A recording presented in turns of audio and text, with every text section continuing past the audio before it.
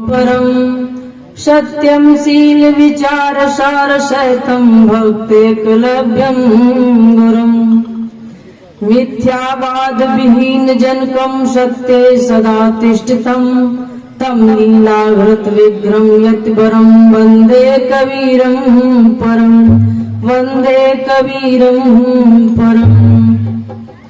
नवाशीष अपना तुझे करूं बंदगी धीर पारख में रमते रहे शामल सत्य कबीर। अहम शुद्ध चैतन्य ज्ञानम स्वरूपम अजरम अमरहम अखंडम अनूपम। परम पूज्य संपूर्ण विश्व में सत्य ज्ञान को बताने वाले एक वैज्ञानिक संत सम्राट सदगुरु कबीर साहब जी इस मुंसरी गांव में इस ज्ञान का दीप जलाने वाले इस आश्रम के मुख्य महंत परम श्रद्धे बनवारी साहब जी और नागौर से आए हुए परम संत बहादुर साहब जी, गंगानगर से आए हुए महंत विनोद साहब जी, किसनी यूपी से आए हुए साध्वी अंजू साहब और अन्य संत महापुरुष जो मंचासीन हैं, नाम नहीं पता है सबके, भक्त साधक ममतामयी माताएं बहनें एवं छोटे स्नेहमयी बच्चे। कल से हम इस आश्रम पे आए हुए हैं और यहाँ के भक्त साधकों की जितनी तारीफ की जाए उतनी कम है। जो प्रेम और स्नेह महंत साहब आचार्य साहब से बनवारी साहब से जो मिला और आप सभी से, उस एक एक व्यक्ति का क्या नाम लेके बखान करें। आप सभी ने जो प्रेम और स्नेह और सेवा भाव दिखाया है उसके लिए जब तक मेरी अंतिम सांस है तब तक आप लोगों को कभी भूल नहीं पाएंगे। और जो भी संत महापुरुषों ने अपनी अमृतमयी वाणी ऐसी जगह पे जहां आपने देखा हो राजस्थान में कहते हैं कि रेत उड़ता है, उस रेगिस्तान में और कहीं कमल का फूल दिखाई दे जाए तो बड़ा आश्चर्य होगा।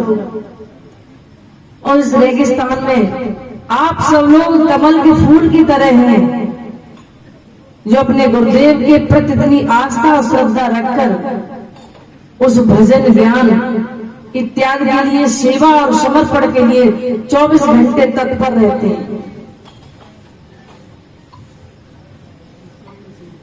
बनवारी साहब जी को मैंने कल से देखा, 1 मिनट के लिए भी आराम नहीं, इतना अपने भक्तों के लिए स्नेह,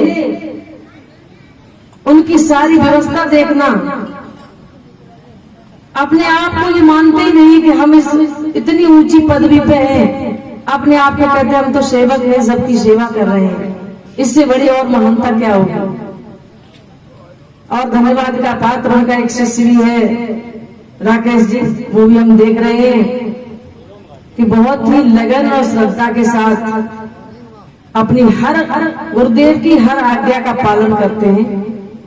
बहुत बहुत साधुवाद और धन्यवाद आप सभी क्षेत्रवासियों को।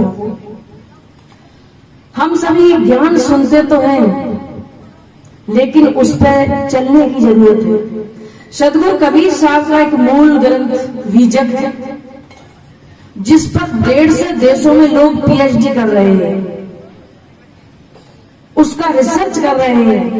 और बीजक नाम ही इसलिए रखा गया है, पुराने समय में जो व्यक्ति अपने धन को जहां गाड़ देता था और उसका लेखा जोखा जिस कॉपी किताब में लिखता था उसको बीजक कहा जाता था। जैसे आपने देखा हो दुकानदार बनिया जो लिखते हैं उसको वही खाता बोलते हैं, वैसे ही अपने धन को गाड़ने वाले जिस किताब में लिखते थे उस पुस्तक का नाम बीजक होता था। बीजक कहिए साधन, धन का कहे संदेह, यानी उस धन का। और वैसे ही सदगुरु कबीर साहब ने अपने ग्रंथ का नाम बीजक लिखा बीजक रखा, तो उसका सीधा सीधा अर्थ है कि इस शरीर के अंदर क्या है? छित जल पावक पवन से पंच रचित प्रगट ये देह, चेतन इससे भिन्न है जो करता सबसे नेह। सबसे बड़ी बात यही है, एक सूत्र पकड़ लो कि कबीर साहब ने अपने बीजक में जड़ और चेतन का व्याख्या की है। गीता में गीताकार वेद व्यास ने उसी चीज को क्षेत्र और क्षेत्र की बताया है।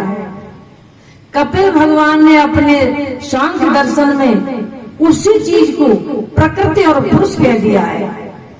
चीज एक ही है, नाम अन्य अन्य संतों ने अलग अलग रख दिया कि ये 5 तत्व और छठवां जीव और इसके सहयोग से ये मानव बना।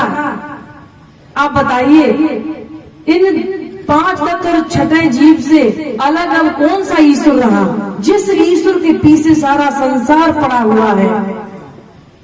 हिंदू कहे मोए राम प्यारा, मुसलमान रहमाना, आपस में दो लड़ मर गए, मरम काहू नहीं जाना।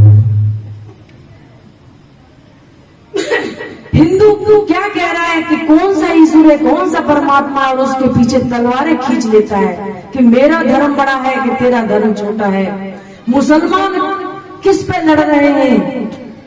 कभी मनन चिंतन किया कि वो अल्लाह, खुदा, गॉड, ईश्वर, परमात्मा कहाँ है, कहाँ टंगा हुआ है? कहीं जो कुछ है सो इसमें है कि पूरब दिशा हरि का वासा, पश्चिम अल्लाह मुकामा हो, दिल में खोज दिल ही में खोजो, यही करीमा रामा। दिल में खोजो वो कहाँ है, कैसा है।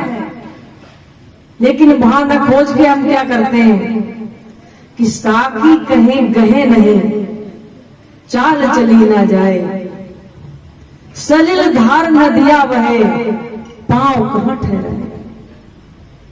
कितने वेद शास्त्र, गीता, उपनिषद, रामायण, भागवत, बीजक हम याद तो कर लेते हैं, कंठस्थ तो कर लेते हैं, रट तो लेते हैं, लेकिन कितना चल पाते हैं, कितना उन बातों को अपने जीवन में उतार पाते हैं, महत्वपूर्ण वो है। आप ज्यादा मत पढ़ो, लेकिन जितना पढ़ो उसका मनन करो, चिंतन करो और अपने ऊपर उतारो। हमारे गुरुदेव ने 150 भजन लिखे हैं और हम उन्हीं भजनों के अपने मुंह से गाते थे, जिस भजन का पूरा पूरा रटा हुआ अर्थ नहीं, अपने जीवन में उतारा हुआ, जब शब्द एक एक अपने जीवन में उतार लेते थे, उसी भजन को गाते थे। यानी उतनी ही वाणी बोलना जिसका आपने प्रैक्टिकल किया और उस पर चल रहे हो। ऐसा नहीं कि हम अभी दूध पी रहे हैं और आप लोगों को दूध की अभूड़ बताएं, नहीं दूध मत पीना। क्या आप लोग मेरी बात मान लोगे? आप मुंह पे नहीं तो पीछे कहोगे कि महाराज जी खुद तो गिलास में दूध पी रहे थे, हमसे मना कर रहे थे। खुद चल के दिखाना पड़ता है। संतों की वाणी से ज्यादा उनके मौन का असर होता है, उनके रोम रोम से वो ज्ञान और वो धैर्यता, संतोष, क्षमा, विचार सब कुछ झलकता है। महात्मा बुद्ध, महावीर स्वामी 24-24 वर्ष, 12-12 वर्ष मौन धारण किए रहे और लोग उनको आते थे, सिर्फ दर्शन करते थे, उनके रोम रोम से वो ज्ञान झलकता था। तो मेरे स्वभाव से, मेरे कर्म कर्तव्यों से, यहाँ हम जो 2 दिन से देख रहे हैं, आप सब लोग सेवा कर रहे हैं, क्या सेवा करने वाले मुझसे कहने आए कि मेरा फलाना नाम है और हमने ये सेवा की? किसी ने नहीं कहा। सिर्फ उनकी सेवा देख के ही मेरे अंदर उनके प्रति वो स्नेह, वो भाव उठ रहा है। और यूपी तो क्या, आपके शासन को, महंत बनवारी साहब को और आप एक एक भक्त को ये पूरा भारतवर्ष जानेगा किसी दिन। सिर्फ आप अपनी सेवा और लगन में लगे रहिए। महिपाल जी एक भजन सुनाएंगे पहले। बोलिए श्री सदगुरुदेव की